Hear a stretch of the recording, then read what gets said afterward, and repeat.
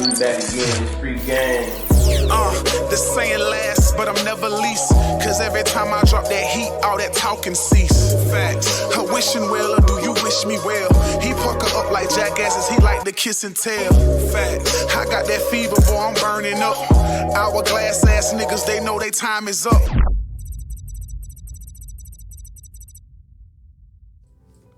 Man, listen, it's free game. Toddy in the building. TIM was good. Peace to the divine families to God. Yeah, man, it's me, Toddy. Take note of what you hear, reflect on what you see. Yeah.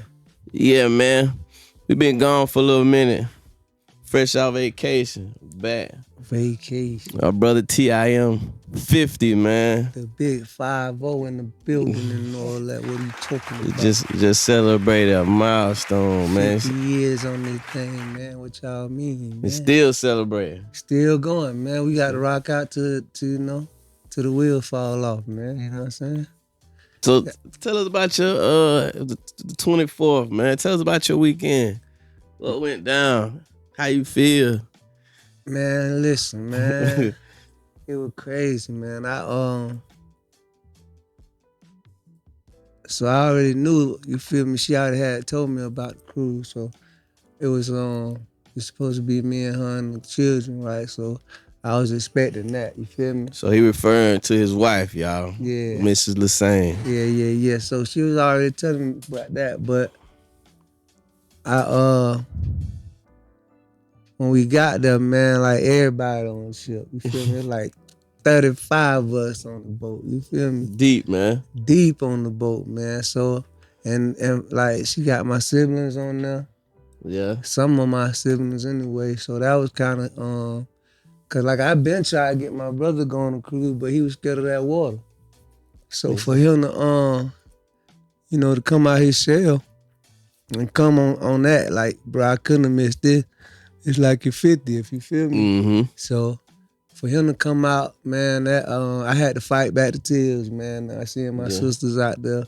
They ain't never really been out there like that, you know what I mean? Right. So, yeah, man, all my children, well, most of my children, and then family, friends. Right. A couple of my homeboys came. So yeah, it was an experience, man. I'm talking about elated. So it was I'm glad I was able to, me and my wife was able to not only celebrate your birthday, but celebrate 6 years. Anniversary. Yeah, we went last year. So it was like some of your highlights. Well, the Bahamas, the trip. What was some of the highlights for me was like seeing my family on there. You feel me? And cause I guess I don't know, of course my babies being on there, then my siblings, and then y'all being on there. Mm-hmm. Those were the kind of like the highlights. Like I already done been to the Bahamas before, so it really wasn't nothing new to me about that. But the fact that I was there with a lot of my family and friends, they experienced that 50 years. It was crazy. So when I woke up Saturday morning, I ain't never make it to your room, but I jumped up like I'm 50. And I ran out the room, right? And you didn't make it to my room. I was knocking on everybody's door. You the door. one, I hear you. You the one. Yeah. We in there chilling because we finna go breakfast, but we ain't got to walk and talking. I hear you walking down the hall, Toddy. Yeah. Toddy. So I was knocking on everybody's door. Like, they had breakfast. I'm like, they had breakfast now? Yeah. You like, what y'all in there doing? So I'm like, we up. We just ain't got there. So yeah, you did. You came down there, yelling down the hallway. So yeah, I was running down the hall, knocking on, waking up everybody. Bird, I'm 50, my boy. You feel me? Like, I don't know. I couldn't even sleep that night. I was, ready for 12 o'clock to strike. You know what I mean? Cause I'm one of them cats. You know what I mean? That, like that's a milestone, like for to make it there. You know what I mean? Definitely. Yeah. So yeah, I was real. Just the fact that I made it. That would have me like going crazy. Like, so my wife was asleep. I woke her butt up. I said, man, I'm 50. Right at, you feel me, at 12. Like, and I just jumped up and ran down the hall, knocking on people's doors, man. So yeah, that's the highlight was the fact that all y'all came, everybody showed up, and everybody was there with it. That was kind of like the highlight for me. Yeah, that's big because even though I know you probably seen it the same way. Like even on my 40, if you looking at all the people that showed up for you, like support, like so talk about that a minute, like you know what it is to support your people, because you could be anywhere. Yeah, if you chose to come spend your money. That means you wanted to be there and celebrate with Tim for his 50th. You know, sometimes we take life for granted. I always say, you want to talk about, I'm like, you never know when it's gonna be the last time. Yeah. So you take advantage of those opportunities to spend with the ones you love, especially when you invited. Because your wife, she sent out the message a long time ago. I was confirmed, but she been sent out a message like, we want to go on a cruise for his 50th. I'm like, I'm down. I'm like, a matter of fact, my anniversary the next day, I just killed 2 birds with one stone. Yeah. So talk about like support in general, because people remember those who support them or those who show up. People don't, that means a lot. Like for somebody to show up for somebody and celebrate for somebody and be there for that person. Like that means a lot to people. Yeah, it mean a lot. Like 49 was a real crazy year for me. You feel me? So like really everybody that was there had been kind of supporting me the whole year, cause 49 was kind of a roller coaster ride for me. You know what I mean? So with my pops getting out of here, you feel me, and me finding out, you know what's going on with me. 49 was a crazy year for me. You know what I mean? So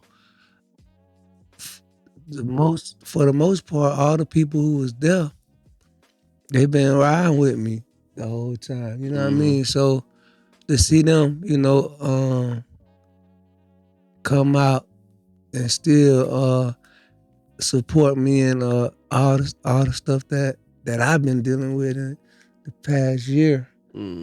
Like that's almost like the best part, cause you like you say, you don't know. You feel me? You don't know. You don't know if what's the possibilities. Like we think we know.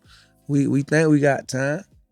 Yeah, we gotta. You know what I mean? But appreciate today, because we don't know about tomorrow. Tomorrow crazy. Tomorrow crazy, man. So I was ecstatic, man, to see the people that was there showing up in support and riding with me. And the fact that, you know, my wife was able to pull that off, you feel me? So it was real big, man. That was kind of like that's one for the ages right there. I always remember that. Yeah, shout out Mrs. Saint again, because she Shout got in out touch to my with big head, man. She got in touch with a lot of people. Yeah, man. A lot of people. Organized it. Was organizing, you know, getting people rooms booked in the beginning, getting money, T-shirts, everything, things of that nature. So she really like went out her way to try to get in touch with people that she knew you was cool with, you know. Yeah. And shout out to everybody who came and, you know, celebrated. You know, we had a good time. Definitely real good shout time. out to everybody who came, man. I really wish I could say everybody's name, but I don't remember who I was on them. There was so many people, so. But we had 3 tables for the all black dinner. So. Yeah, they were mad, man. They say, how many of y'all it is? It's 34 of y'all. So we took up 3 tables, so it definitely was a lot of us. A lot of us, and my son and my nephew wasn't even at the dinner, so we still were missing 2 people. You know what I mean? So, yeah, man. That was pretty big, man. I ain't gonna front, man. I ain't gonna hold you, man. Like the song say, that was that was like the highlight, man. My wife did her big one with that. She I don't know, like I got to start planning now for her, cause I don't know how to top that. You feel me? So she got about 3 more years, so I got to you got a long. I got time to start planning. You got a lot of time to make her worthwhile. Yeah, so I got to try to top that though.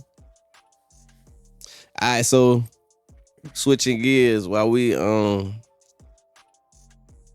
I was looking at a lot of posts while we was out. While we was on vacation and we didn't record Sunday, so I was still looking at posts. One of the posts I seen, and me you talked about it a little bit. I'm gonna just give y'all a backstory. We was always told when we was younger that we better not embarrass our parents. You know, when they took us somewhere, they expected us to behave a certain way. Right. I don't go in here and show out. You already know. You go in there and show out, Mama she gonna take you outside, take you somewhere, you gonna get it.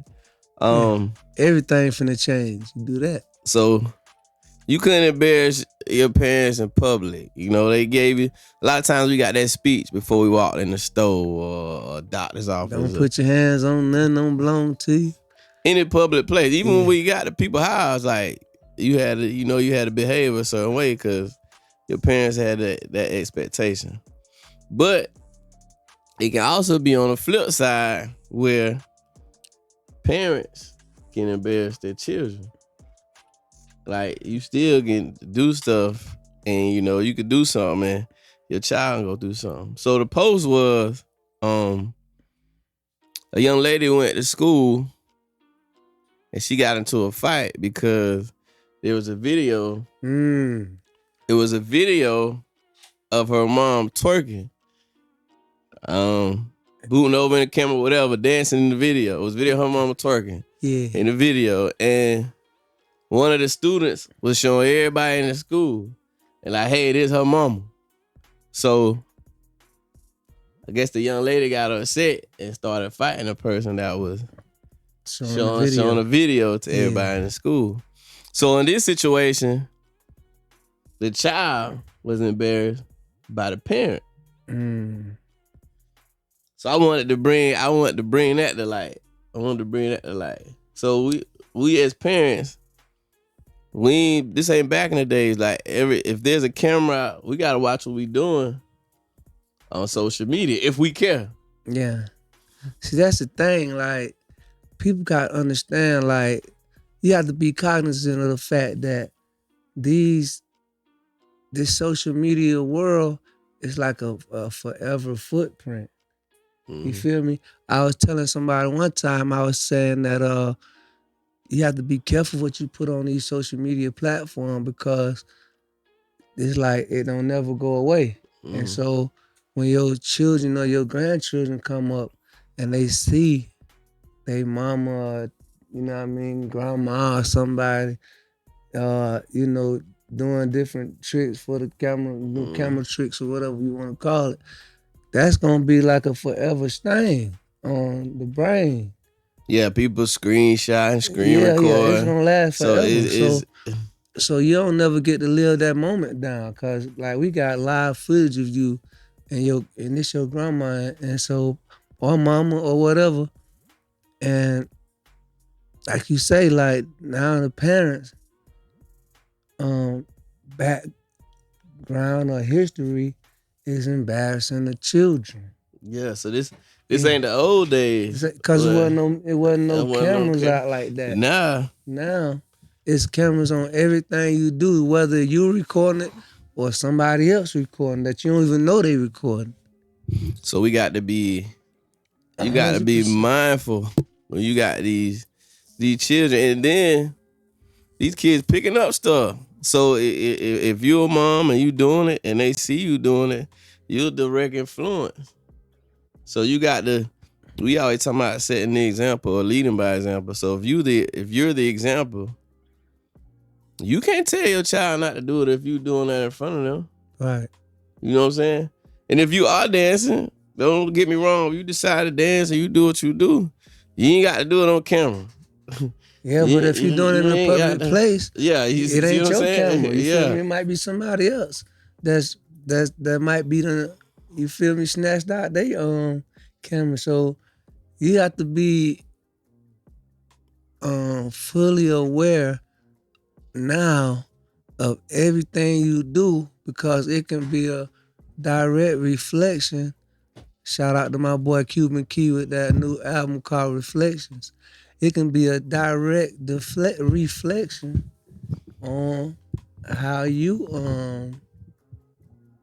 So now this child got to live with this for the rest of their life. Yeah, once you gone, it's still a footprint. Yeah, you got into a fight. Yeah. About it. You seen that. Yeah. You can't erase that image. That image has not only a residual impact on your mental, but the fact you had to defend your parent.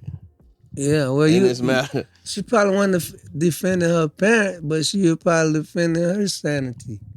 The embarrassment. Because the parent, they had to be, they got to defend themselves on that. But the child is being embarrassed, and so I don't know if you really was defending your parent, or it's kind of like when we was growing up and we used to say your mama jokes. That's what I'm saying. Yeah. I was just finna say that. I say defending because you looking at it like somebody say they don't even have to know your mama, right? But somebody say your mama, whatever. You ready to fight? They don't even. In your mind, you feel like you defending your mama, but your mama ain't even worried about it. Yeah. But the fact that they said something, the fact that they said something about mama, and we place mama here. Yeah, on the highest. We finna jump out there. Yeah. I'm finna crash out. That's the difference. Like you place your mama up here or whatever. So back in the day when somebody said your mama's so fat, your mama ain't even fat. Yeah. But you still get defensive about it. But nowadays, like somebody say your mama's so fat because they seen it on the internet. Oh, it's a different story now. Yeah, because they know that she fat for real. Nah, some truth. There's some truth to everything. There's truth to it. So that probably. So I feel like this situation cut even deeper because got the video. It's the visual. Yeah. You got the visual. You got proof. Yeah. So like whatever joke somebody trying to cut on you right now, it's real. They can show it. Yeah, you can prove it. I got his mama OnlyFans. Look at him. Yeah, you feel me? That's work. Yeah. Yeah, that's look, crazy. y'all, this her mama. This her mama. Yeah. Yeah, man. That can definitely cause a person to crash out, man. Yeah. You know what I mean? So for all these parents, man, that's having their moments, man, y'all do that in the privacy of your own home when you know ain't nobody recording you, man. There you go. Don't take that thing outside, man, because it's people, you don't even know they recording you, they be recording you, man. And next thing you know, you go viral acting a fool in front of the camera, man. And these kids got access to everything. They didn't even start from a kid, probably start another from adult, an adult, but the kid got access to it. Now it's at the school, it's everywhere. Yeah. So you have to be careful when you how you move, how you communicate on this social media. Like me personally with my social media, I definitely try to be you ain't gonna find no no fighting on my screen, or unless it's a boxing match that you feel me, I done attended. I'm talking about just people randomly fighting on the violence. street. Yeah, people getting killed, and I don't share that type of stuff, man, on my thing. And I also don't encourage, sexually explicit pictures and videos. Yeah, man, I don't even follow all that kind of stuff. If somebody like that that's on my page, man, I unfriend them and block them and all that, man. I had to get at my son several times. I admit on here on Man Listen. He was rapping. You got cussing in your raps. Man, you young. You got cussing in your raps. You all on you on Instagram with the blunt in your hand. Like, what you doing? Yeah. You see what I'm saying? The first thing they gonna say, oh, that's Tadi's son. Yeah. You see what I'm saying? Cause you're a representation. Now people say, oh, Tadi don't do that. He ain't acting like that. But they still gonna like, why his son doing that? Right. So I had to have, you had to have that conversation. Boy, you're a representation of your mama. Yeah. Matter of fact, your grandma might be listening to your music. Right. Like, what is you doing? Yeah. And it's crazy because I was just watching the interview with Manny Fresh and Juvenile, and I was thinking it was dope what they were saying. It was like he was saying they knew how good Lil Wayne was gonna be, but they were saying when he was younger, he wanted to cuss, but they stopped him. They were like, "Hey, you too young. These people they don't need to hear that from you right now. Like you know they checked them. Yeah, they checked. Like you 14, 15, like you don't. You ain't finna this do kind all of stuff you ain't finna be saying. Right. You see what I'm saying? So I think it was dope that they said that. Like, hey, we know you raw, and this you put this cuss word here, it might sound better, but we still ain't finna let you say that. Right. See, those are people with when we talk about morals, values, and integrity. Yeah. Because you still got, like I said, your mama watching, your grandma watching, these adults are watching you. You ain't got no business saying stuff like this. At this age, at this point in time in your life, that shouldn't be coming out your mouth. Yeah, because you got, and you feel me, like, respect is due to a dog, they say. You feel me? So if you're not gonna respect nobody else, man, always put some little respect on yourself, right? And so when, like, if you don't want your parents to see this stuff, well, don't follow them on social media. Now, how you gonna follow your parents and then, you know what I mean? I used to be hearing stuff through the grapevine. So then he started hiding the music from me. Like he wouldn't. So, but it's like I said, it's about Austin. You got a little buzz, I'm gonna hear it. Right. So then now you know how it is when you the strict parent, the bad parent per se, as a kid would say. They hide from you. You know, they ducking you. Yeah. You have to pull up. You see what I'm saying? I know you probably don't went through that before. Many times. You reaching out because they know parent. they know you gonna. Yeah, I'm definitely. They know you gonna parent. get out. I'm like, what you doing? What you think that? So now they avoiding you. They ducking you because they know they wrong. They know your expectation. Right. When you consider the quote unquote bad parent. So I'm the bad parent. Man, I ain't trying to. Man, I don't want to go with daddy. I ain't trying to hear what he got to say. But I know he finna get at me. Ain't nothing wrong with that though. At the same time though, because like when I first started doing music, I was always mindful of my parents. Because there's no way I was finna get on the track and say anything about me being super poor and disenfranchised in life when I know that's not how we was raised. Right. Now, I knew everything my parents did to make us be to who we are and what we were. Right. I'm not finna get on the track and lie about that because then I'm embarrassing them. Right. So I was super mindful about that, but I got more mindful about the kind of things I was saying in my lyrics when one of my oldest niece was like 7, 8 years old at the time. And like she was talking about one of my songs that she liked. I didn't even know she was listening to it. Right. See what I'm saying? Yeah. But it was something I said. It was one thing that bothered me. One thing I said in that song, and she liked that song so much. And I was just like, that don't sit right with me. Right. Like, cause I'm already being mindful of what my parents may think about What some about things, my but I'm niece? still young.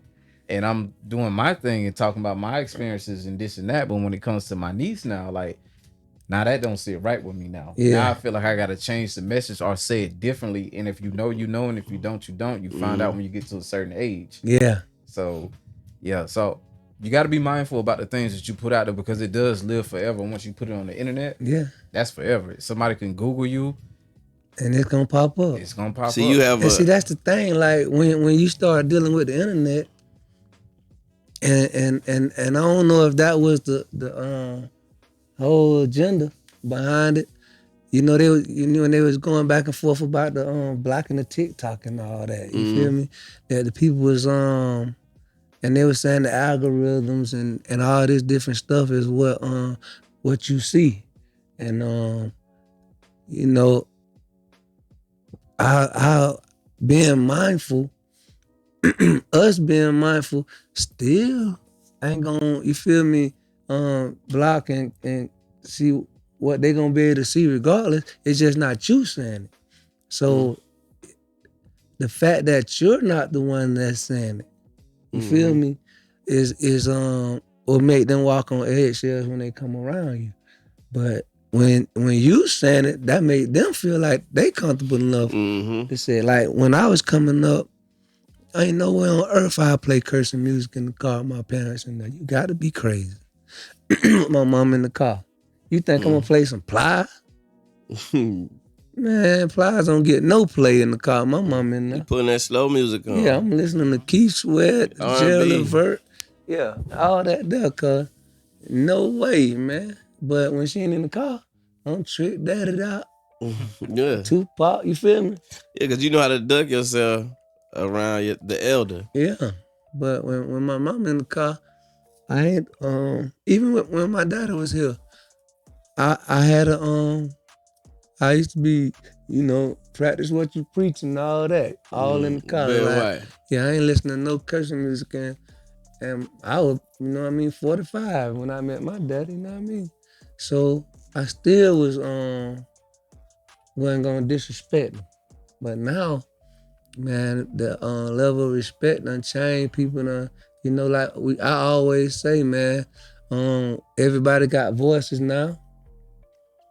You can say what you want to say. You can express yourself how you want to express yourself, and everybody be cool with that. So now, what's the expectation? Yeah, ain't no parental advisory on Facebook. It's zero. Ain't no. It's everything goes. It's all the FCC regulations. Yeah. They cussing on TV.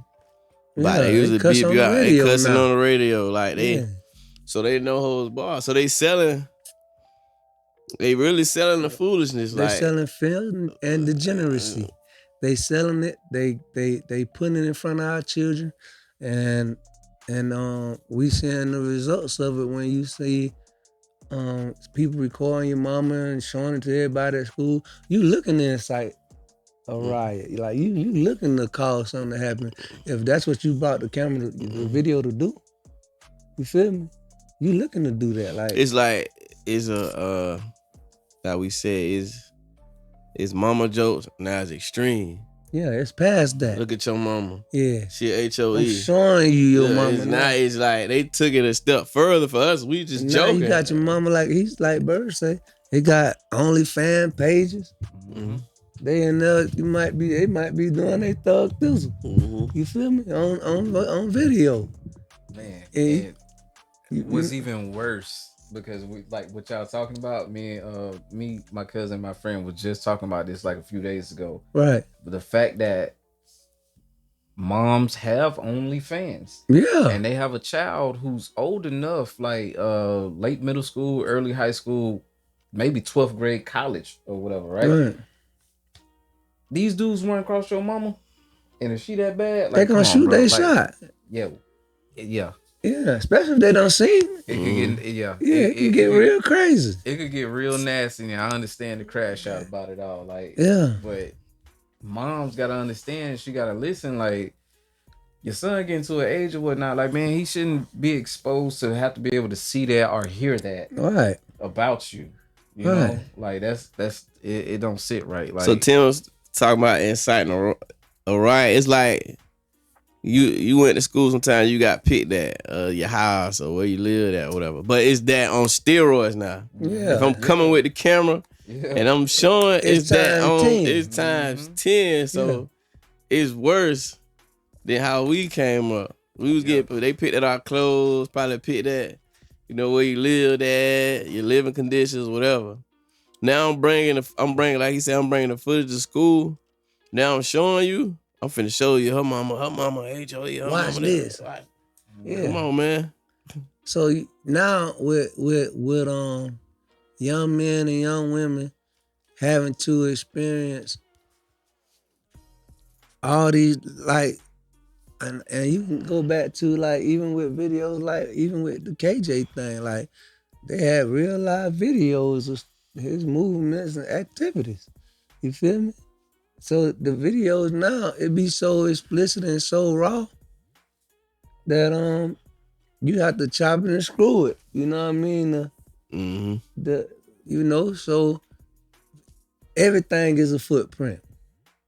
Most definitely. So no matter what you do now, as far as communicating out loud, people gonna see you. Like, jobs now go to social media before they hire you. Oh, yeah. Yeah, they got a little social media team that'll go and see what type of person you is before they hire you. So they going on your page and they see you, whistling while you twerking. That play a big part, and also cases. Yeah. Like pending cases, custody battles. Yeah. Like if they watching. Everybody going to your social media page determining what type of communication you having, who you connected to. They looking at that. Mm-hmm. Yeah, so when they in the hiring process, this is a step right here. Check his social media, see what kind of person. When I was in college, my one of my instructors, he would go to your social media page and be like, when you first came in there, he was saying, yeah, I had went to your social media. I just wanted to see what type of person you were when you come in. And you know, most people have their real name. Like me, I got my real name up there, so it wasn't hard for him to find me. You know what I mean? He was like, man, you think different, you know, cause the stuff that I be posting. You know what I mean? But I ain't posting nothing that's against the grain. I'm just posting what how I move. How you feel? Yeah, how I get on. But he was intrigued by the type of stuff that I was posting. But like I say, man, I'm out here, I'm fit. So hey y'all, that social media part of your background check. It is. You apply for that job. Mm-hmm. You're not knowing. When they say they do a background check, they checking that social media. Yeah. You might not have nothing on your background. Social but you media, on social media, you got the gun in your hand, you guns drunk, in your hand. It's over. Yeah, you got guns and you wonder why every time you walk outside, they pulling up on you. Talking about what's happening. You got pictures of yourself with guns, man. What you think they gonna do? Oh, he a gangster. They go when something happen, somebody get unalived and all that. They go to social media. See who talking about what. They know they can find everything on social media. All the information gonna be leaked out on social media, and then you wonder how you got caught. Right. Social media is the new news, man. And they telling on themselves on social media. Come on, it's just like them rappers in Atlanta. And they got to listen to their own phone calls now. They looking at themselves like, dang, we was saying this? We said this on the phone? That's you. That's your voice. Yeah, that's you. That's you. Yeah, them cats up there on that long trial they got in Atlanta right now. YSL, Woody, and all these cats. They listen to themselves on the phone. Saying, dang, boy, we were saying that type of stupid stuff. You admitting what you was doing to people and all that. Talk too much. Come on, man. On the telephone. And these people going back, pulling up your records, listening to your songs in court. Oh, they definitely using that. Yeah. You admitting you talking about open cases on your song. Man, what you talking about? So yeah, it's definitely that social media world, man, has played a key contributing part to tearing up homes, black homes particularly, all homes overall though. Let me get to some of these comments, TIM. What up, Rock? Rock said what we do reflect our homes. Going viral. Be mindful of your action no matter where you go. Shout out to that boy, What's Rock. up, Rick? Rick said, you guys are exactly right. I have done a couple of backgrounds for a couple of companies. But I won't call no names, but it's real. Rick said a lot of times that's how they find you and convict you. Yeah, definitely, man. This generation ain't like Tim. TIM always talk about standing on the code of silence. But these folks on the cell phone telling what it was, what they did, how they did it, who was there, who they did it to. Talking all about it. You giving the people everything you need. Who always around. Yeah, they really putting the business out there. So when you get boom, you talking about somebody else done told on you. No, my boy. Go back and listen to your phone call. You got cats that's behind the wall talking about their case on the telephone. Like the phone tell you that it's recording. Yeah. Yeah, the phone tell you that. This conversation will be recorded. And you still get on the phone and go to talking about, you feel me? I know people that got they got caught cases, like that. they got knocked off like that. So who you think you is? Who you think you could talk about anything on a cell phone and think ain't nothing gonna come back to you, especially when you messing with the government. Mm.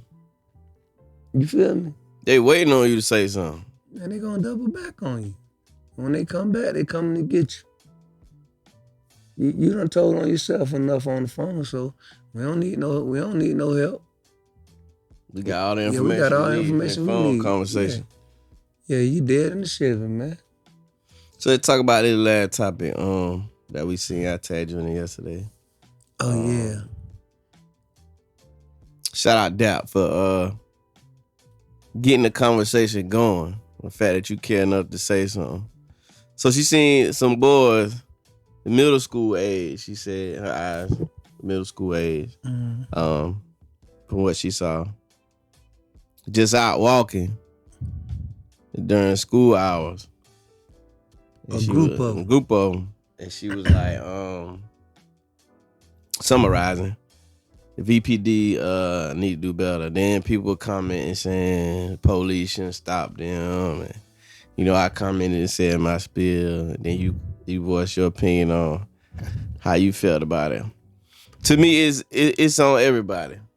Yeah. I'll give you an example. Let's say I was outside around the age, let's say I'm in elementary school, I'm outside during school hours. I might have had because I ain't skipped school, my mama playing it. Let's say I had a doctor's appointment, dentist appointment. Let's say my mama kept me out because she had to take me to the doctor, to the dentist or something. So I just happened to be out of school that day. But it's during school hours. And somebody older seen me out. Let's say I walked to the store during school hours. And somebody seen me. You know what they gonna say? But what you doing out of school, boy? Yeah. You see what I'm saying? Mm-hmm. So we talk about that's not going on right now. So her thing was, they see these kids out of school during school hours and nobody is saying nothing. And I always say me, like, what are you doing between the ages of, I'm gonna say 5 or 4 and if we gonna say middle school, let's say 12, 13. Yeah. You ain't got no job, you out of school. What are you doing? Most of the time it's trouble. 12 or 13, he ain't even old enough to get no job. So yeah, that's out of the equation. Like, so what are you doing if you're not in school? You wasting time. You either wasting time or getting in trouble. If you walking down the street. If you out of school during those ages, you outside, all the other kids in school, like, what you gonna be doing?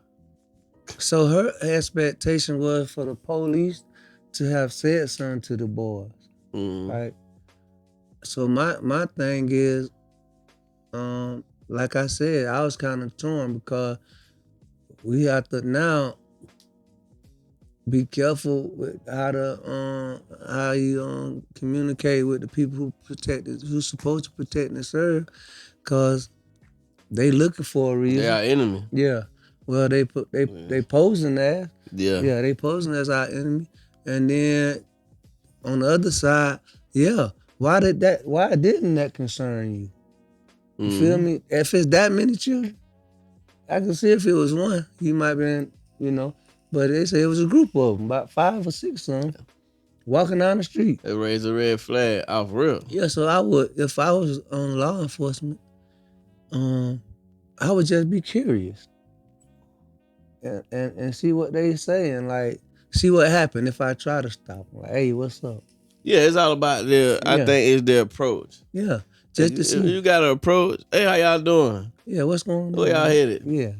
Simple questions. A regular conversation. You ain't got to answer no questions you don't want to, but if you ain't doing nothing, then ain't nothing to answer no questions. But see, like the problem is, we say these officers, they're not engaging with the people. No, you ain't in the hood just cause talking to the kids. And, they don't got no relationship with you ain't got no. So of course, a kid see officer, they gonna get scared. They on the fence, bro. Like you on the. So is the relationship? There's no rapport because 0.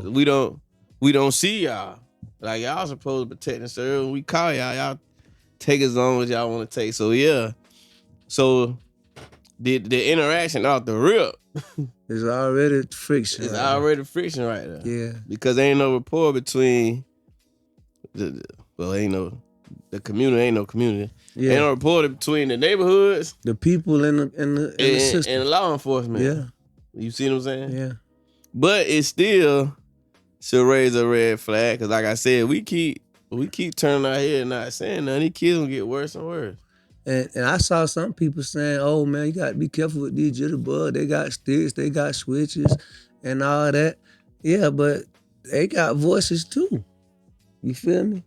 And if you approach them right, maybe they'll have no problem with voicing their opinion or telling you what they got going on.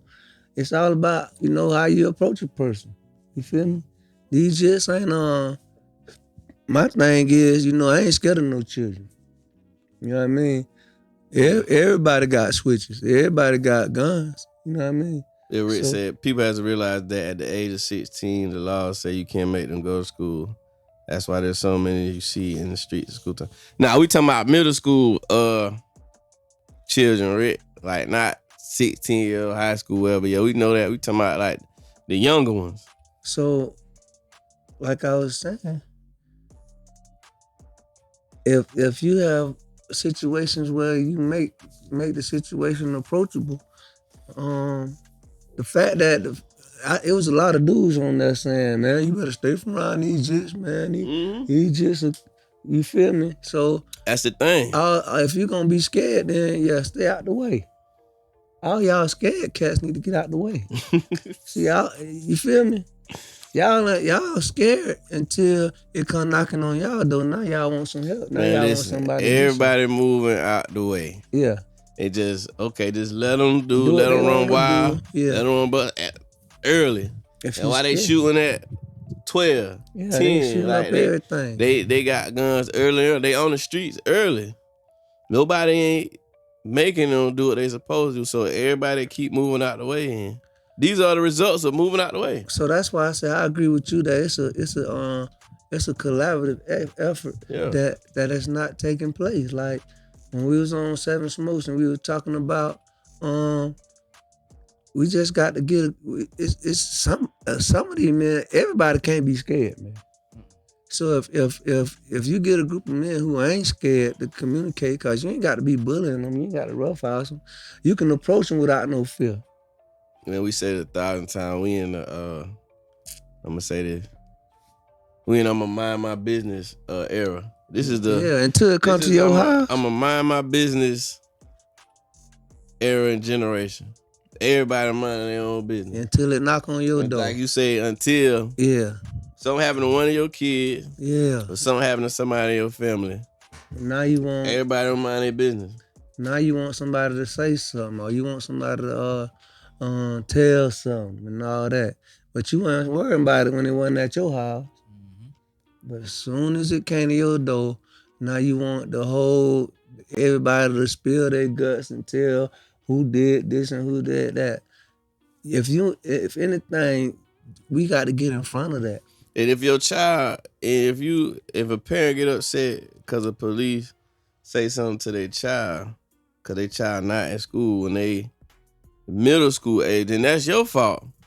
What your child doing out at school at home during school? That's on you. Yeah, you the direct problem behind everything that's going on. Oh, my kid was walking down the street and the police stopped and asked him why he wasn't in school. Don't your child supposed to be in school? Yeah. So what you mean? What you?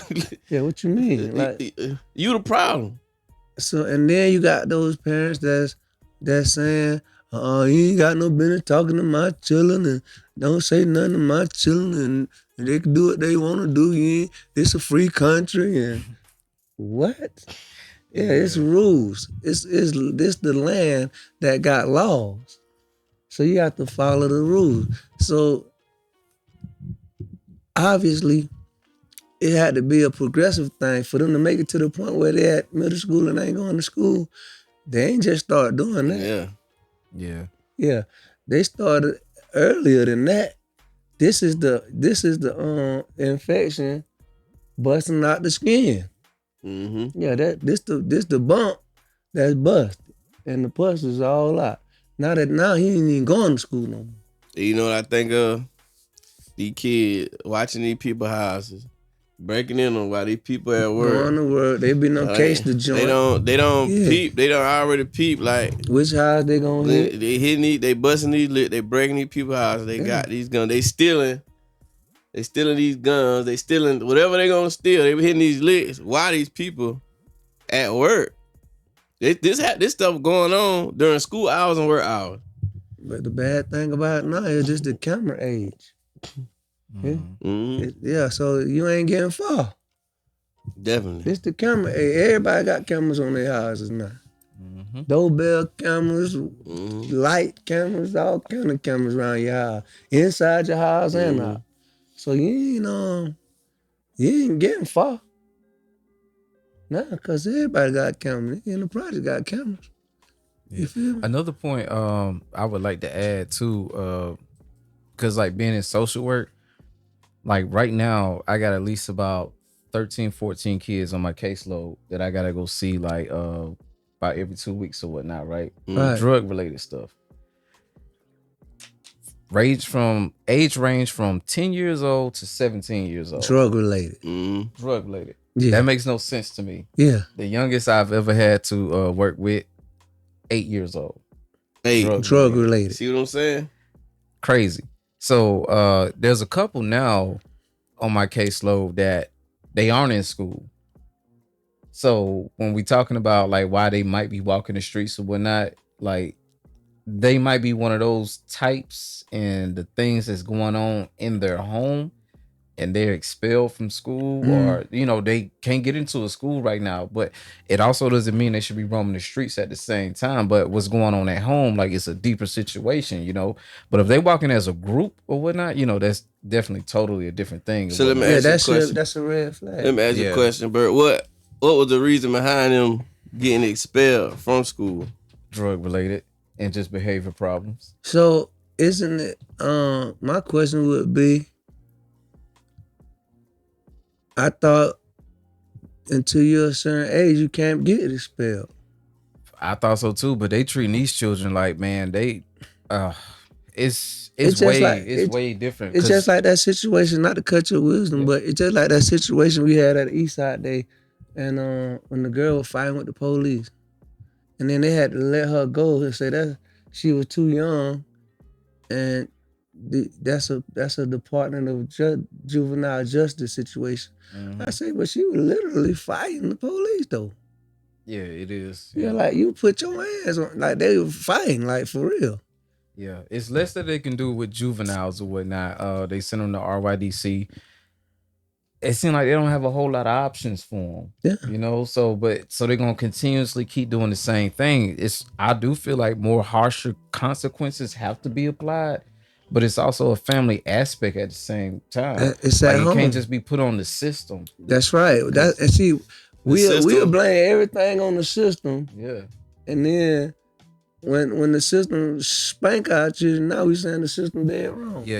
They doing too much. This ain't fair. Like they just do this to our type people. It's like, no, that's not what it is. Like this child, this individual is doing something and things that he should not be doing at his age. Right. And to go back, because even on what he just said, because I know it's something like middle schools, because like one of the ones I'm talking about right now, 13 years old. Right. That type of scenario. But as a 16-year-old, do these 16-year-olds know that they have the right to not go to school and the parents can't say nothing about it? That's what Rick just said. They know that? No, the question is, I think they do. I think they do. That's contradictive to me as the law because you're responsible for a child until they're age 18. That's right. The law is all contradiction. How you gonna make a decision in my house that you're not gonna go to school at 16? And then I know you're gonna punish me if you kick them out. Yeah. And before they 16, you can get in trouble with truancy. Truancy. Yeah. If they skipping school and not going to school. Yeah, it's on you. It's your fault. Yeah. But now it's his choice at 16. Now he get to choose. But you gotta think, we're in a world that people can choose anything now. See, my problem with the law, and even with the example, the great example Tim just used for Eastside Day, All right, you fighting the police at whatever age you are. We don't stop it now. Now you get older, you do something wild. We ready to charge you as an adult. We ready to lock you up forever. 100 years. We ain't fix it here. Right. It's just like a baby. We ain't fix it here. You gotta fix it early. So we let, like you said, we let that child, whoever she got away with that on the East Side Day. Right. What you think she gonna do tomorrow? She gonna do it again. I'm above the law. You just told me. You just told me ain't no consequences for my actions. I just fought the police. Now I'm above the law. Yeah. The law. I don't care about no law. Yeah, what law? Yeah. It's hard to get them to understand that when such things like that happen. Man, you gotta think about this. We ain't the first person to have this conversation. They have these same conversations. So they are allowing, right, these situations to be. You gotta think about this, man. Let's be honest, right? Let's be completely honest with ourselves, right? We always keep talking about how the system works and all that. We operate up under the system, right? As human beings in America, we got a government, right? Mm-hmm. And this government is what's governing the country. You feel me? So all these rules and laws that we sitting here saying, well, why not this and why not that? Exactly. There's rules, there's rules and laws that go against that, right? But we also got people that's in certain places that's invested in private prison, right? So we have to think about how deep this situation is, and cause I ain't gonna build no hotel if I don't want nobody to be in it. You feel me? Yeah. Ain't no way I'm gonna build no community and nobody don't stay there.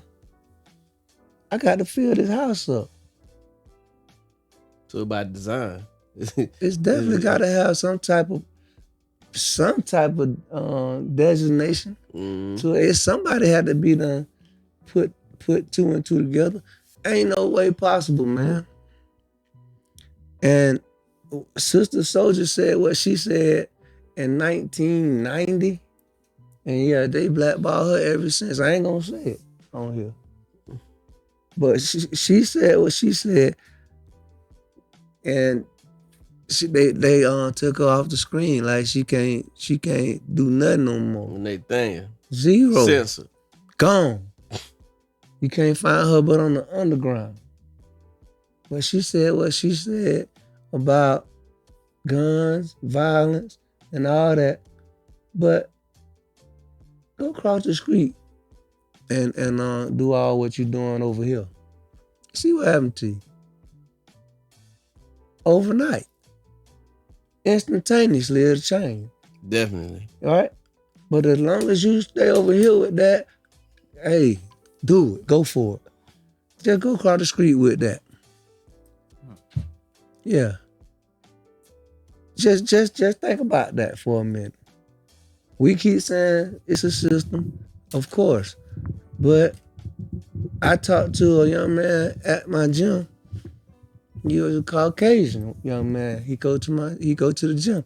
And I said, hey, so we was just in there talking, all the guys were getting ready to leave and all that. And one the young man, he walked to the gym. He stayed on the west side. And he walked back and forth. And he said, he have a baseball bat with him. I said, why you always toting that bat with you? He said, Coach, I don't know what's gonna happen to me between here and there. I said, I feel you. So I asked the dude, little Caucasian boy, I said, hey, you ever worry about getting shot in your neighborhood? He said, shot? No, why would I think about that? Different world, man. Yeah. I said, so when you go push your trash can to the side of the road, you don't hear no gunshots? He said, no. Never.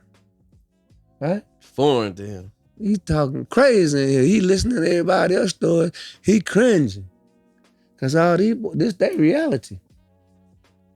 They live this, survive this every day. Single day. Mm-hmm. He saying, I don't know nothing about that. He the only one in there never been in a fight before in his life. Dang. You got 13-year-olds and 10-year-olds in the that done been in fights. That man 19. I say, so you ain't never fought your sister or nobody? Hey man, I ain't never been in no fight before, Coach. I said, that's crazy, man. How you made it all these years and ain't never got in no fight? But you want to be a fighter. You know what I mean? Mm-hmm. You ain't I told him time is going to determine where he go at with this right here. A lot of time. Yeah. But the fact that we don't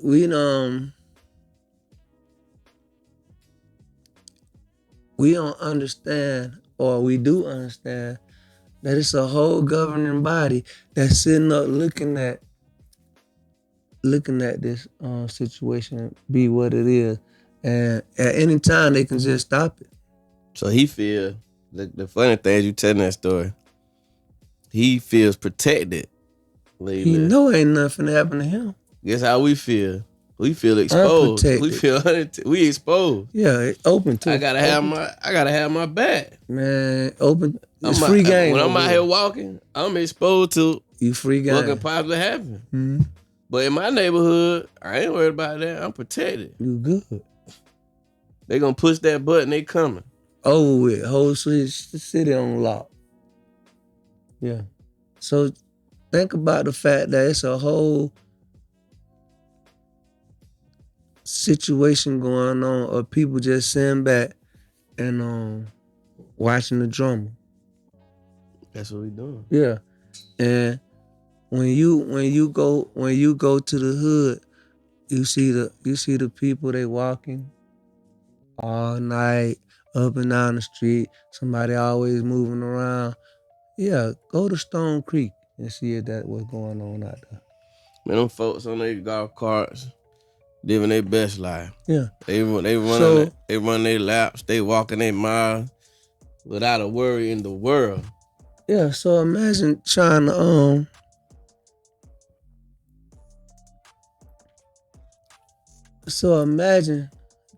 to live, or like we do, we sit back and try to come up with ways to how to fix it. And we try to sit here and say all the stuff that you can do to fix it. But it's somebody else saying, yeah, try that. Yeah, try that. You feel me? Try that. They're saying good luck. Yeah. Yeah. All the stuff that you thinking of, somebody else said it before we said it. All right? That don't mean that we should stop saying what we saying or doing what we doing, but I feel like it's deeper than that. Much, much more deeper. Right?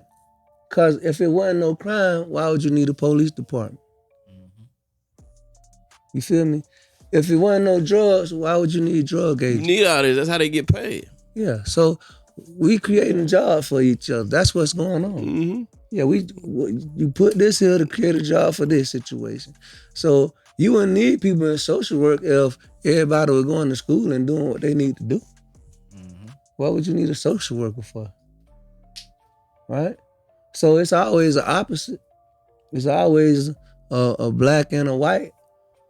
We just came up with the gray area. That's a 2000 thing. Mm-hmm. Yeah, there ain't been no gray. It was black or white. You feel me? The millennials came up with it. The people that came up with my truth came up with the gray area. There ain't never been no gray area. Yeah. You know, another thing about that too, like when you say that, with all these ops, like the police force, mm-hmm. the social work and all that stuff or whatever, it's almost like they're becoming the community with their own guidelines. That's right. This is how this is gonna go. Right. And they coming from a different place, and you don't understand that from where you come from, and it'd be so hard to understand the concept of what they're talking about. Right. And it's not to say that what they're saying is wrong. Right. It's just, this is my way. It's my way. This is how I want it to go. Yeah, and it's gonna go this way. We're gonna direct it this way. Yeah. If you up under me, this is how we're gonna do it. Yeah. That's how it should be from the jump, from just that family aspect or whatnot, to not be given so many choices or whatever. This is how it's gonna go. Right. This way. Because when you get out there to the world, and just like when you run across them folks, that's what it's gonna be. Yeah. You don't have no options and no choice or whatnot. This is what we're gonna do right here. Yeah. Now if you want to do something different, then you have to set your own thing up. Yeah. But at the same time, it's protection in all areas. That's why these rules and guidelines are being placed. It's protecting you, but one of them I think is less than the others or whatnot. Right. About, not all, but some policing in certain areas and places or whatnot. It ain't different. There for your protection. It's different. It more definitely. Yeah, so they did too. They got a whole agenda. They feel like they got to protect the neighborhood from you. Yeah, you know, so they get different. You the monster. Yeah. They get different on that side sometimes with some of them, but social work, it's all about the protection of the child or whatnot. What benefits this child's safety? Right. That's what it's for. Your family, they essentially doing the same thing the best they know how. Mm-hmm. And if you're not gonna listen to nobody, you gotta go over there eventually. Right. So it's like all these systems that's been put in place is veggie backing off the next system. Mm-hmm. So when the black home got broken up, right, when the man got kicked out, girl on Section 8, you can't stay here. House got divided. You feel me? So all these different subsidies is what they connected. Like they collect the dots. This is made to counter that. This right here, right? And all of it at the end of the day is up under one umbrella, tearing your house up. Right? So I heard the minister talk back in like the early 2000s. He was talking about Marcus Garvey. And when he was talking about Marcus Garvey, you know, Garvey had came from Jamaica here, and he started the UNIA, and that was the Negro Improvement Association. You feel me? The Universal Negro Improvement Association. So once he started the Universal Negro Improvement Association, right? So of course, you know, they came up with charges and got him, locked him up in Atlanta and sent him back to Jamaica, right? But his counterparts were saying, who is this guy talking about he gonna improve my Negroes? Say if you gonna improve my Negroes, then they ain't gonna be my Negroes no more. So he was teaching them how to be self-sufficient, how to unite and be, I help you, you help me, in our community. We don't step outside and ask nobody else for nothing. It was all about self-sufficiency, right? So other people start saying, oh no, we gotta get rid of him. Gotta knock him off. Ain't no way he can stay here. And that's the same thing that I've been saying. Like if we ain't got no kind of unity, what we gonna do? If we talk about voting, and everybody keeps saying you got to vote, but voting as an individual, that ain't got no power. Cause see, we the popular vote. See, Hillary Clinton won the popular vote. Has she ever been the president? Yeah. Al Gore won the popular vote. Yeah, one. So the only two people who won Donald Trump won popular vote when he ran against Biden. Yeah, Trump won the popular vote, right? The only person that won the popular vote and the electoral is Barack Obama. Yeah, he won both of them. But so our vote is just popular. Cause that's when everybody united, like you said. That's right. They came together. Everybody came together. Yeah, you couldn't steal it. You couldn't take it. You feel me? So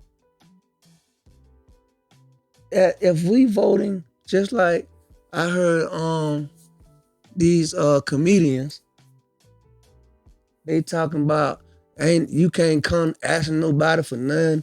You don't need to ask nobody for nothing. You just need to vote for who these black folk call they black. That's what the comedian said. I say, nigga. You feel me? How you gonna tell me just vote? When I tell people all the time who ask me and they be trying to be educated on voting, I say, hey man, you have to vote your interest. I don't care what side of the bird you voting on. Who gonna help you? You got to vote what your interest is, right? But if you voting as an individual, if y'all ain't noticed, every 4 years, the only people that really be worrying about voting is black people. Ain't nobody else worrying about no vote. Ain't nobody else. You know why? And guess what they always say? You got to get the black vote. Right? The only people that be worrying about voting is them African Americans. Right? Every 4 years. Cause for one, every 4 years you in the fight just to even have a vote. Cause they know they gonna take something. They know you scared of what they gonna take, what they gonna do. They gonna take your vote away. They gonna by this 2025 Trump plan. Man, listen. Let them get in there you want to. Don't you know in the Constitution, at one point in time, you were considered 3/5 of a human being? You weren't even a whole human. So that means your vote had to go together with somebody else's vote just to make a vote. Mm-hmm. You were considered 3/5 of a human being. So black people, to be completely honest, never wanted to be citizens. They made you citizens. Just like the so-called undocumented illegal immigrants. They making them citizens now. Mm-hmm. So how you gonna be undocumented and a citizen? Yeah, you can pass a test. Yeah. Test and get your citizenship. Yeah. So they making them express citizens by the time November the 4th get here. So they let in, what they say, about 4-something million undocumented illegal aliens. They in here. And in New York and Chicago, they controlling the whole, they loading up the cities. You seen it when they were saying they were dropping the people off on the president's doorstep. Come on, man. This was on the news. They were loading them up in buses and all that. They coming over. Yeah, treating them people like they cargo. But they were turning them and they were putting them in places where it was room, and we trying to get this city back. So it's a certain group of people we need to get out. So we'll bring these people in because they're gonna work harder for less. Another form of colonizing. Come on, man. That's what they doing. But you got to know your history to understand that it's colonizing. That's what they doing. Yeah. Like people don't know it's another form. Yeah. Get these people and put these people here and they gonna settle. Yeah. In this area right here. All I gotta do is find an area and then I can move them in. I've been telling the East Side Committee, all the people from our hood, I say, y'all playing, y'all claiming the East Side. I say, but them Hispanics, man, them folks buying up the whole neighborhood. The whole neighborhood, bro. Every time a house is empty for sale, they snatching it. They everywhere. Getting the stores, already getting the stores. Come on, man. The East Side is down, is over there. And you got more Mexican-owned establishments on the East Side than you got black. You got the Mexican got a whole grocery store on the East Side. Well, show me where one black-owned grocery store at in Valdosta. No, we ain't got none. They got a whole grocery store there. They got a tire shop. They got 5 restaurants right on the East Side. 5 restaurants, man. Only thing we got on the East Side is Dad. Shout out to my boy Dad's good to go, man. They got 5 restaurants. And guess who be in there the most out of everybody? It be us. Come on, man. People from the east side. Come on, man. Come on. Ain't gonna be nobody here. They setting up shop. They setting up shop in our neighborhood, and we bring them the money. We bringing them the money. We bring all the money. We bringing them the money. I've been telling all y'all, anybody who I fool with this, they say, well, man, why you don't go to Indian stores? I say, can you go in the Indian store and get an application? I say, I ain't gonna spend my money nowhere where I can't get no application at. At least I can work at the Dollar General and the Flat and Circle K. If you can go get an application. Yeah, go to the Indian store and get an application. Let's see how that work out for you. Then they family enough. Yeah, but that's who you spend your money with. Most definitely ain't. Who you spend your money with, Bert? How did you say that? Yeah, you go to the Indian store. Yeah, exactly. Is it convenient? Yeah, it's right there. It's just right there. That's why they put it there. Yeah. What he's saying is they ain't put it there. It was already there. But I'm saying they came. White stores sold it. They came in. What they saying? They bought it. But it's there for a reason. They know you going there. That's every day. I laugh when you said that because then I thought about majority stores that I stop at. And it's not because of who owns it. It's because the convenience store. It's what's convenient and it's close and it's what I'm looking for. Yeah, exactly. Yeah, so they got that. They got that. They know what you want. How many times, bro, you on Mary Street? Bro, I'm finna walk up here to Frank, give me some squares. Give me some squares. Yeah. Right. I'm not that type of person, but no, I'm just saying that. I'm just saying he was talking about the east side. You know, his mom, he grew up on Mary Street. So this thing about how many people you see walking on Mary Street, saying I'm finna walk up here I'm finna walk. Yeah, I was asleep. Up here Frank store. I was asleep then. I hear that a lot. Like they going. Yeah, I hear that a lot. People just name that store exactly that person who owns the store. They say it's Frank's store. Yeah. Both of them stores is Frank's stores. Yeah. And then you in the projects, you know, low income. Probably some of them they ain't got a vehicle. The kids they walking, they to and from the store all day. Yeah, you have to do what you have to do, but look at the Sherman store. The Sherman still own that store now, but they rented it out to the Indians. Mm-hmm. That's still they store. That's the store we used to walk to. Yeah, but they rented it out to the Indians now. So now it's an Indian store, right? Everybody just like Bird was just saying, the 2 stores on the north side, Vic, the one on the corner and the one by Lakeside. Matter of fact, this one right over here by my house, Smitty's. Yeah. Smitty's and the corner store, they own that liquor store and that corner store. The whole store, the whole plaza. Yeah, they work the whole thing. Come on, man. That's what they doing. Come on, man.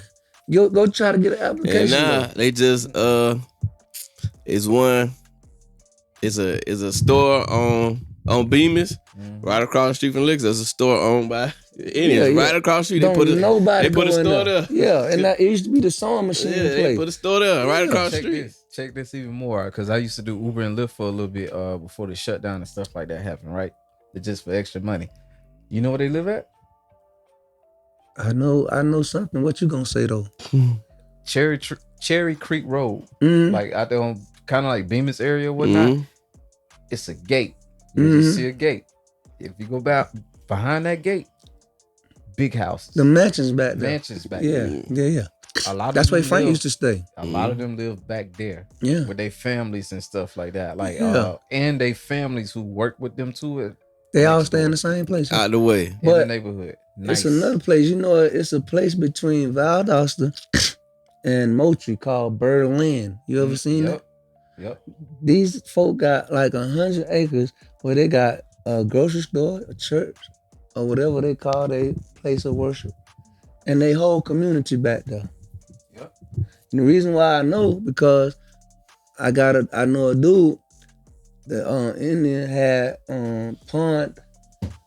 let the dude pawn his title to his car to him, and the dude ain't never pay, come get the car back, right? So he never come pay. And so he sold the car to my homeboy. And I had to take him out there. I said, man, where are we going at? We going all down here, back in the wood. Man, it's a whole community back there. Number of Indians stay back there. That's it. Nobody else, bro. Like, don't nobody stay out there but It's another neighborhood. They got a whole community with their own place of worship. They got groceries. They got their own store. Back there in Wood. You know what? That was another thing, right? Because my girl, she from Hawaii, right? Mm-hmm. She found like a lot of these international stores that I didn't even know existed. Just yeah, right like they got halal stores and all here. And it made me think everybody has their own stores for their foods. For their food. Except for us. Yeah, because you don't know nothing about no culture. We don't have that. Yeah, we don't know.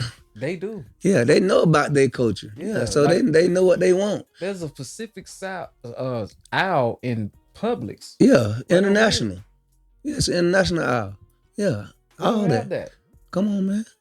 You going on to Tater? You going to Ruffles and Lay's? Mm-hmm. They got their own aisle. Like real neighborhoods, like you was just talking. Yeah, we don't have that. Like I know that one out there on Bemis.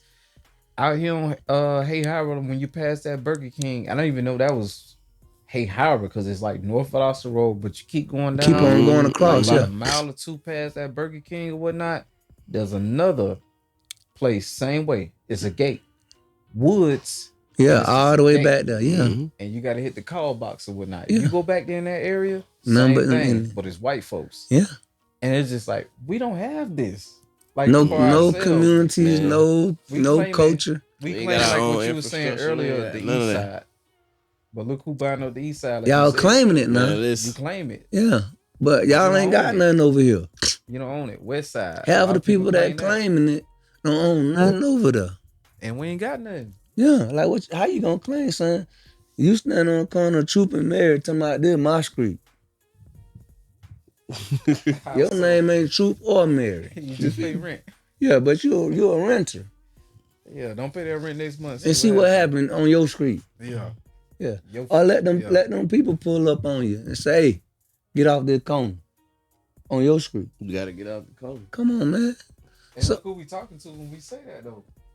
Yeah, we talking to us. Man, it's us, man. Yeah, we talking to us. So that's what I keep saying, and I keep trying to reiterate this point to people, man. Like, we have to self-assess, man. We keep on playing, but small things like me not spending Black people are the largest consumers on the earth. It's mainly because Americans. Name one thing we produce. I'll wait. Do we produce toilet paper?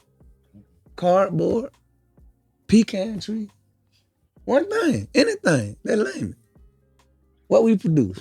Shoestrings, thread, needles. What we produce, man? Nothing is worth a damn. Come on, man. We don't produce nothing. But we need everything. Right? We need everything, bro. We got to survive just like everybody else got to survive. So what we do? We consume. We gonna spend. Yeah. So that make us the largest consumers that don't produce nothing. So when you see other people, when people come from Africa and all this, and they say, yeah, man, we don't mess with the American blacks. Cause you don't know nothing about your culture. You feel me? You got people in America talking about, man, I ain't from no Africa. I ain't got no people. I ain't from no Africa. That's a whole nother conversation. Yeah. So I'm just saying, like, we don't even want to be what you is. You so Europeanized, so westernized.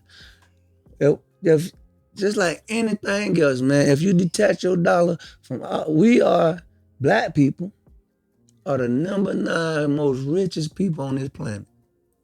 We make the 9th most money out of everybody, out of 120, what it is, 120 countries. We the 9th most richest people that don't produce nothing.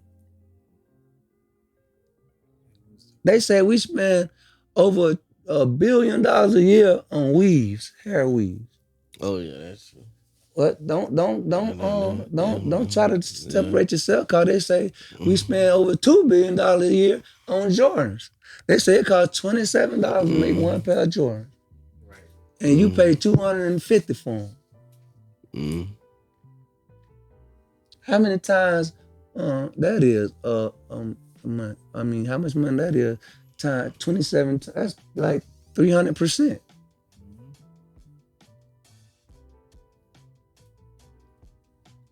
But we the largest consumers that don't produce nothing. Just like that man said on that video that I sent y'all, I sent you too. Then it's a man said on the video that we are the only thing that America is number one in is incarcerating their citizens. And the second thing is they number one in is believing that angels are real. That was the last one that we did. Yeah. You feel me? Think about that. We the number one country that incarcerate our citizens more than any other country in the world. That's for one. Half our population in prison. And so you do the number of how many black people in prison, how many Hispanic in prison, how many whites, you know. That's how it's set up. It's a disparity. That's how it's set up. Yeah, I'm telling you, we hooking up on our system. That's what we talking about. It's set up for full occupancy of the penitentiary system. You think they built all these prisons for nobody to be there? They come up with new charges every day. They gave you the right to vote during the Brown versus Board of Education and all that. And sooner they gave it to you, they'll find a way to take that thing away from you. However, if you get convicted of a crime, so what amendment that is, 14? 13? The amendment gave you the vote. 14, you say, however, if you get convicted of a crime, you will be subject to involuntary servitude. The very next amendment. So we gave it to you here, and then we showed y'all we gonna take it from you there. Basically, if you're in prison, you ain't got no rights. You got zero rights. If you up under if you up under government supervision. You got no rights. If you up under the supervision of the state or government. We talking about that's just like saying you're not human. Come on, man. You can't vote in prison. So now y'all waking up a little bit. Now we can get up off here. I know y'all boys got to eat and all that. Now y'all waking up a little bit. Now y'all understand what they were saying about you.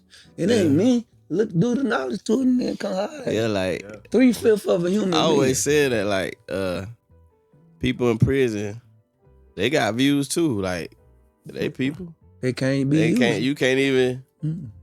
You got no rights because you in prison. You should be able to vote. Because you committed a crime. It's still laws you probably don't agree with while you up in there or certain things going on. You still in, but guess what? Once you become state property. You state property. You ain't got no vote. Oh, but no, you can still become president.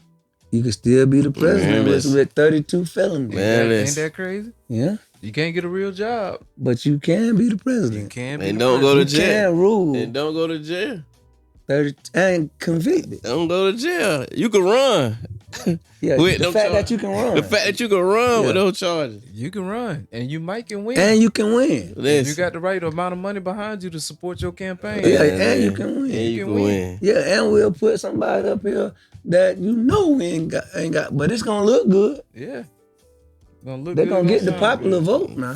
Yeah. She guaranteed to win the popular vote. Funniest thing ever. You got all them charges. You running. You literally running. You campaigning. Man, you was there. You already at the door. You ain't nothing else. You feel me? This is America, man. It's a lot of contradictions. The whole country is a contradiction, man. Yeah. It's a and lot of until you unmask that contradiction, the stuff that. So the only thing we can do is really concern ourselves with is the stuff that's going on. And the thing is basically what he's saying, what they saying, what the people saying. Who gonna do something about it? Yeah, I got 32 felonies. Yeah, who gonna do something? And then he said, what the people saying? What people be saying? Check me. Who gonna check me? Yeah, ain't nobody doing nothing. And he said if he win, ain't no more voting. Yeah. Ain't nobody. You see what I'm saying? Guess what we doing? Everybody just looking. And just like, let me show you another same contradiction. thing we started the conversation with, minding our business. Everybody just looking. Let me show you another contradiction of America, right? I'm gonna show you another contradiction that we've been saying all our lives. We've been trained to say this, right? So America is fighting for democracy, right? Man, right? Supposed to be. But we pledge our allegiance to a republic. Yeah. Yeah. So what makes sense out of that for me? We want democracy, but we pledge our allegiance to a republic. That's why I said. Make that make sense for me, Bird. I know y'all boys. That's why I say to Tim, we be talking. They need to rewrite the whole Constitution. What Constitution? They don't go by that. That's what I'm saying. So why we? You got a whole felon running for president. Like we don't live by that. None of that that's in there. They arguing about how old Biden is. Trump is just 3 years younger. Contradiction. Yeah, look at all these contradictions, man. It go like it's who. So it's basically certain people can get away with it. Yeah, Ooh. It's just like you can't have 32. It's just felonies. like you think about this. Heck no, I'm gonna be out here with y'all right now. We can't have. You can't have 32 felonies. Remember we were talking about the value, what's valued and what's not valued. So we can sit on here and say all these powerful things, and you got your little certain crowd. But somebody with some money can come back and say the exact same thing.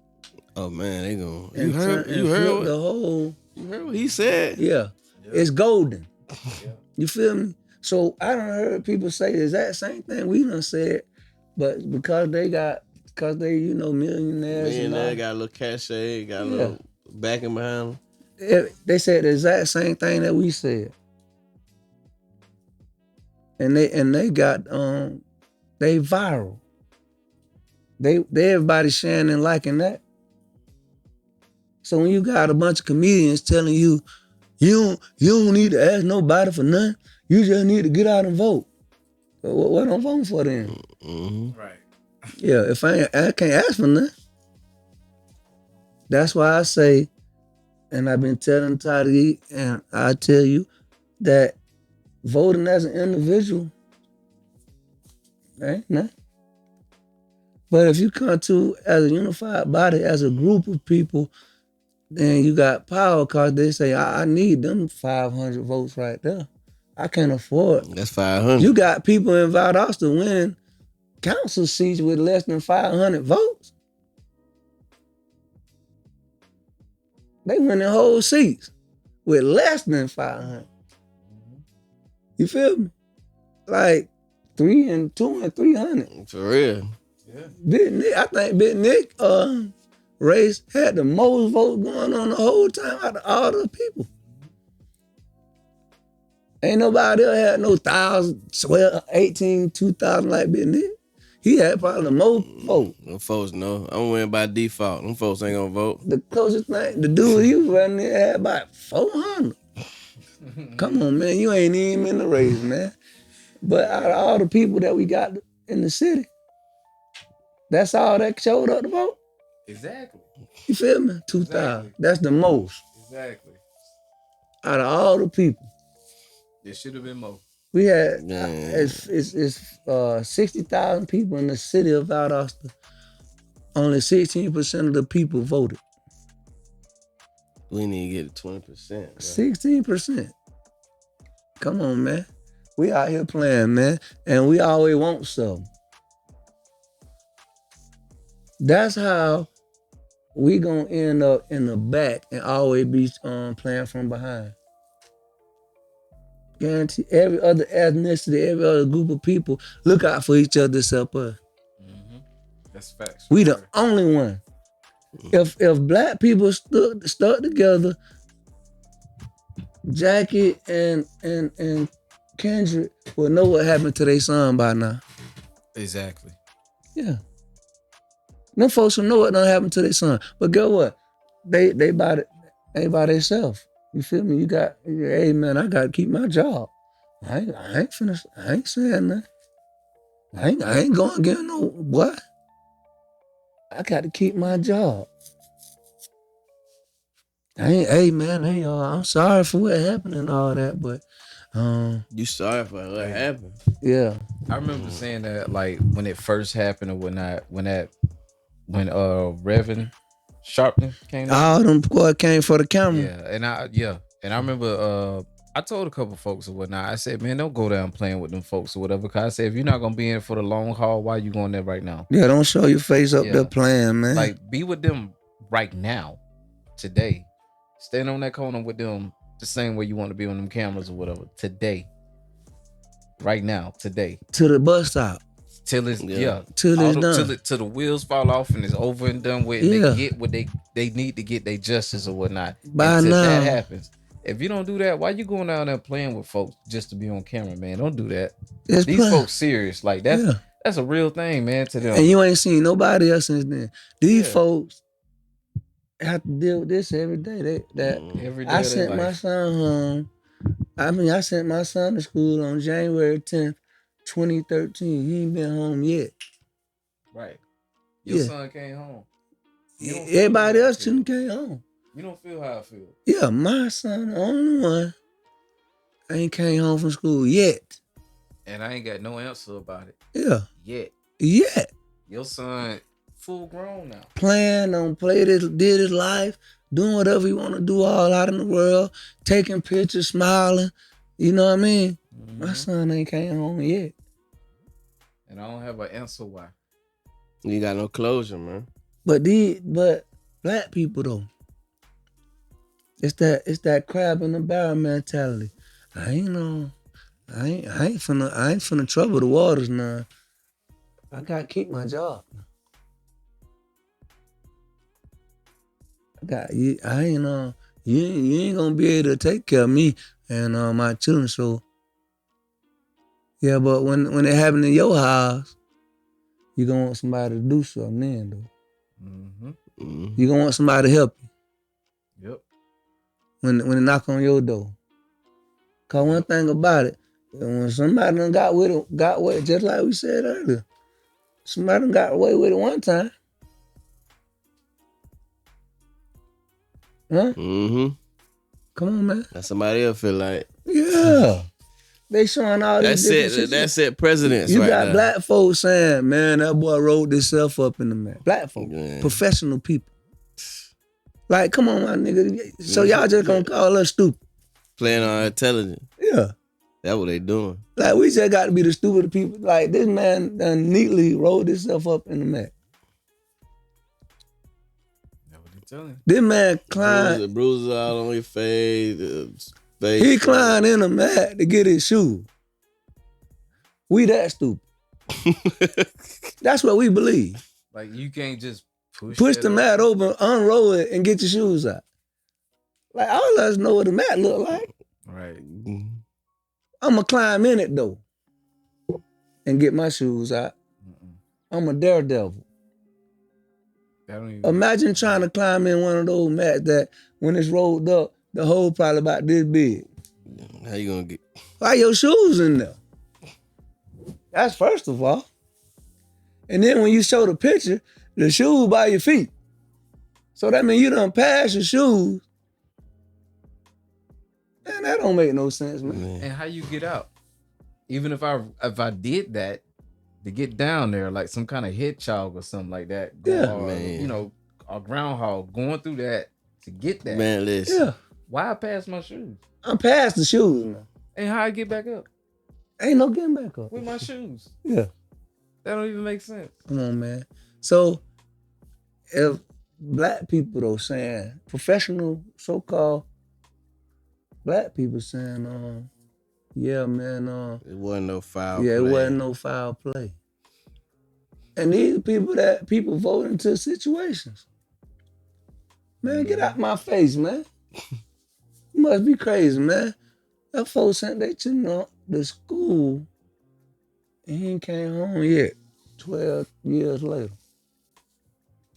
And you talking about 13 years later, you talking about he did that to himself.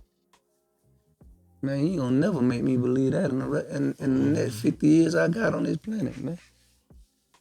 Not at all. But it goes back to the fear, the distrust, and the envy that we got for ourselves. I don't believe in you.